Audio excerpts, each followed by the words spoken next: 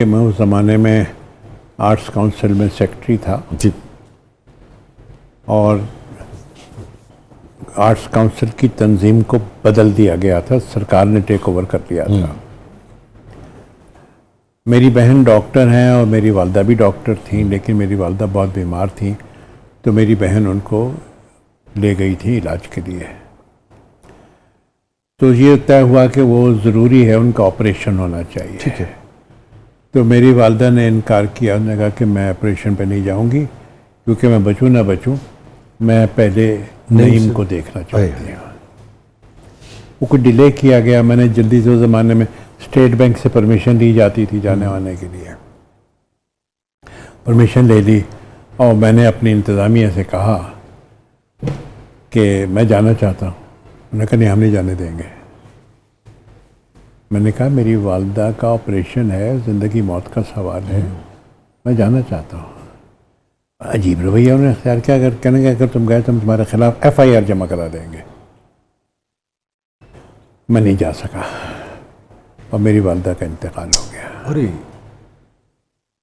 Sad.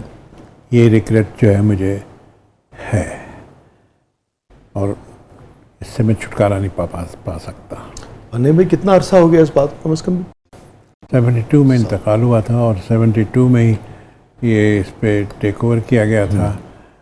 اور جن کو چیئرمین مقرر کیا گیا تھا وہ کبھی تو میرے بڑے مدعا تھے، کبھی ان کی ضرورت مندی میں مجھ سے پیسے مانگ کے لے جایا کرتے تھے، لیکن جب وہ چیئرمین بن گئے تو انہوں نے یہ کیا.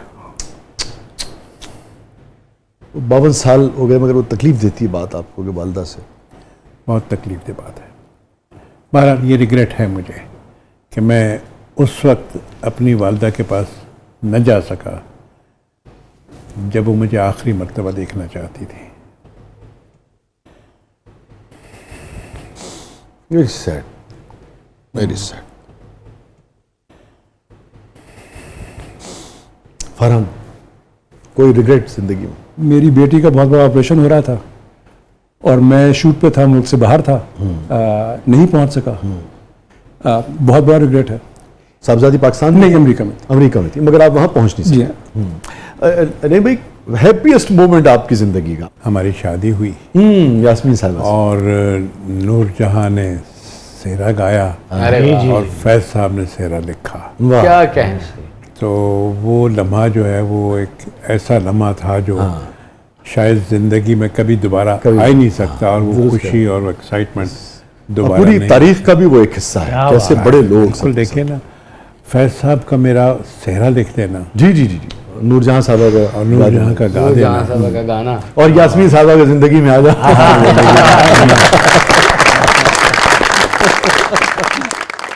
فرحان صاحب، دونوں بچوں کی پیدائش، دونوں بچوں کی پیدائش. کیونکہ میں نہ صرف کمرے میں تھا، اچھا وہاں تو وہ بالکل ساتھ ہی لیتے ہیں، بلکہ وہ بچے میرے ہاتھ میں آئے. ہاں، اور میرے لیے اس سے بڑھ کے اللہ کی نعمت اور کیا ہے. تو میرے لیے وہ اس سے بڑھ کے کوئی اچھا نہیں بھائی، کوئی ایسا لمحہ جو آپ کو سب سے زیادہ غمگین کر دیتا ہو، آج بھی سب سے زیادہ اداس کر دیتا ہو؟ جب تاج صاحب کا مرڈر ہوا نا، میں اس زمانے میں پنڈی میں تھا، جی. پرنسپل سینٹر ٹیلی ویژن انسٹیٹیوٹ. تاج صاحب کو ہمارے ایک عزیز نے ہسپتال میں پہنچا دیا ہوا تھا. تو جا کے میں نے جھانک کے دیکھا تو تاج صاحب بات کر رہے تھے اور حجاب بھی بات کر رہی تھی. تو مجھے اطمینان ہوا. تو مجھے جلدی سے اس نرس نے کہا کہ اگر ہو سکتا ضرورت پڑ جائے بلڈ کی، جی، تو 2 بوتلیں بلڈ جو ہے وہ آپ جا کے فوراً دے دیجئے. میں گیا، میں نے جا کے 2 بوتل بلڈ دے دیا. وہ اوپر آیا، تھوڑی دیر میں ایک ایمرجنسی سی پیدا ہوئی. انہوں نے کہا کہ وہ جلدی سے اس کو اسٹور کیپر کو بلاؤ، تاج صاحب کو بلڈ چاہیے. اسٹور کیپر غائب تھا. ارے کین یو بلیو دیٹ؟ مجھے بڑا غصہ آیا. میں نے اس کے تالے کو توڑنے کی اینٹ سے کوشش کی. اتنے میں تاج صاحب انتقال کر گئے. گاڈ. یہ ایسا ریگریٹ ہے جو میں I can't get over.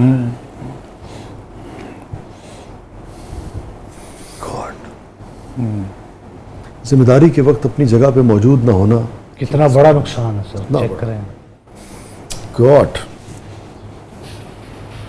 Sad. Farhan, یہی سوال آپ سے. ہمارے خاندان میں میرے خیال سب سے بڑا جو المیہ جو واقعہ وہ یہی ہے. اور میں 7 برس کے تھے. 7 برس کا, تو میرا نظریہ اور میرا پوائنٹ آف ویو کچھ اور تھا. وہ ایک بچے کا جو سب لوگ یہاں پہ ہیں اور آپ یہاں پہ والا, ہاں, تو اس گھر میں داخل ہونا اس کے بعد اور دیکھنا کہ ایک طرف میری نانی پڑی ہوئی ہیں بستر پہ, میری امی جو ہیں بے ہوش پڑی ہیں غم کی وجہ سے ڈرائنگ روم میں, اور ایک بچے کو یہ سب کچھ دیکھنا جو ہے نا وہ اس کا ایک اور افیکٹ ہوتا ہے. اور دیوار پہ خون کے نشان ہے. تو مجھے اچھی طرح یاد ہے اس زمانے میں ہمارے پاس ووکس ویگن ہوتی تھی, وہ بیٹل, چھوٹی ووکس ویگن جو ہوتی ہے, تو اس کی پیچھے سیٹ کے پیچھے ایک چھوٹی سی جگہ ہوا کرتی تھی, اس کا انجن جو ہے وہ پیچھے ہوتا ہے, تو وہاں چھوٹا سا کھڈا ہوتا ہے پیچھے. تو مجھے ایک عجیب سا, میں نہ رو سک رہا تھا نہ میں ہنس سک رہا تھا, اور میں اس کھڈے میں جا کے بیٹھ گیا. اور مجھے بار بار یہ سوال میرے دماغ میں آتا تھا کہ مجھے یہ سمجھ نہیں آ رہی کہ ایک انسان جو میرے لیے تقریباً فرشتوں کے برابر ہے, میرے نانا, ان کو کوئی آدمی یا کوئی اجنبی آ کے اس بے دردی سے ان کو کیسے مار سکتا ہے؟ مطلب ان کو اگر سوئی بھی لگ جائے تو ہمیں تکلیف ہو, اور اس کے لیے ان کو خنجر مارنا جو ہے وہ ایک عام سی بات ہے. ہمیں وہ ساری زندگی وہ منظر وہ ٹراما اس سے نکلے تو نہیں, وہ نکل نہیں سکتے. آپ اس کو دبا سکتے ہیں, آپ اس کو سمجھ سکتے ہیں, لیکن وہ جب وہ اب آپ کے وجود, آپ کی روح, آپ کی ہر چیز میں وہ بات سما چکی ہے.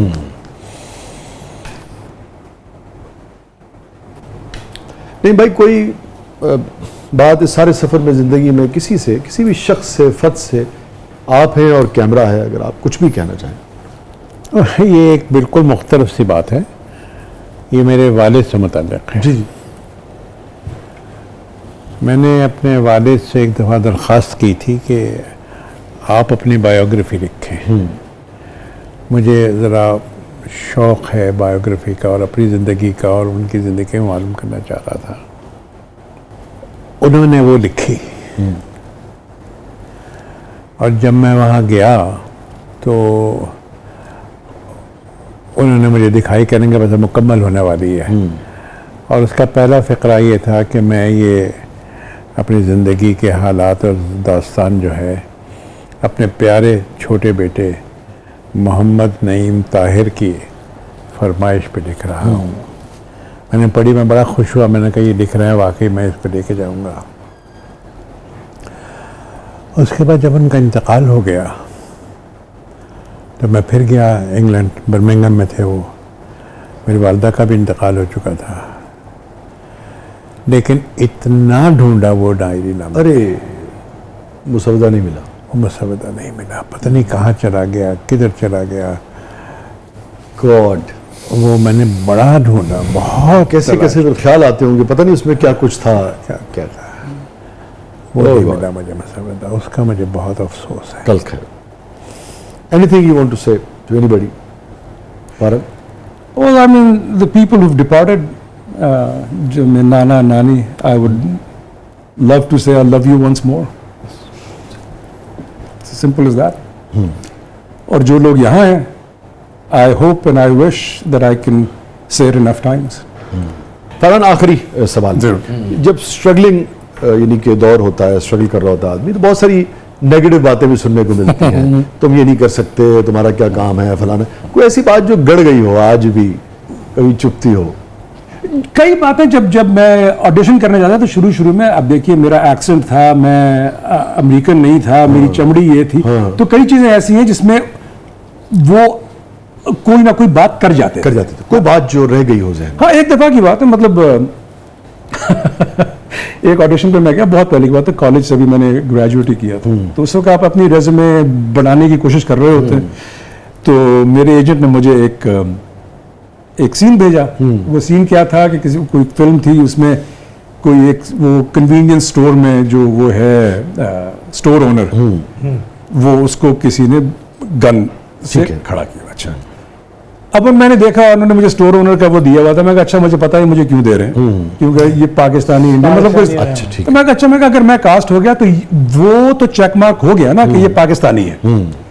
نیکسٹ مسئلہ یہ ہے کہ مجھے یہ پلے کرنا ہے کہ مجھ پہ کسی نے گن رکھی ہوئی وہ چاہے پاکستانی ہو امریکن ہو مجھے وہ ایموشن پلے کرنا. یس تو جب میں نے سب کر دیا تو ڈائریکٹر بھائی اٹھے اور میرے قریب آئے مجھے کہا کہ you know that was really good but you not being Pakistani انف.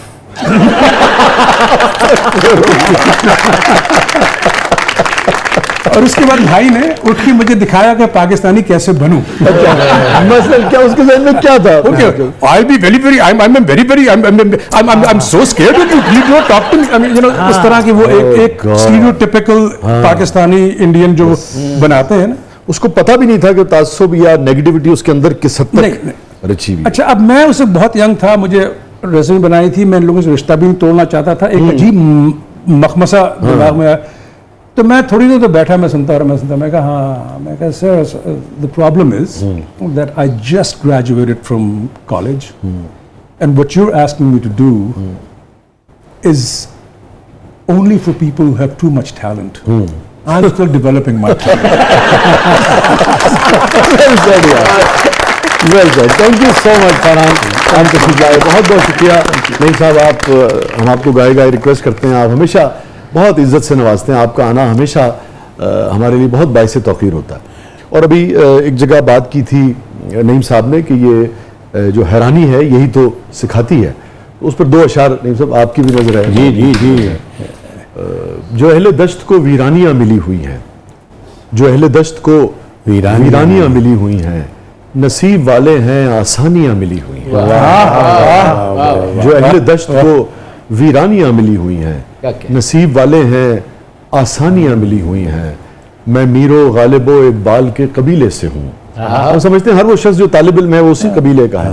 میں میر و غالب و اقبال کے قبیلے سے ہوں مجھے تو ورثے میں حیرانیاں ملی ہوئی. حیرانیاں کا بہت اچھا ہے. بہت بہت تھینک یو سو مچ. ناظرین یہ تھا آج کا زبردست. اپنے فیڈ بیک سے ہمیں آگاہ کیجیے گا. اجازت دیجیے. اللہ حافظ.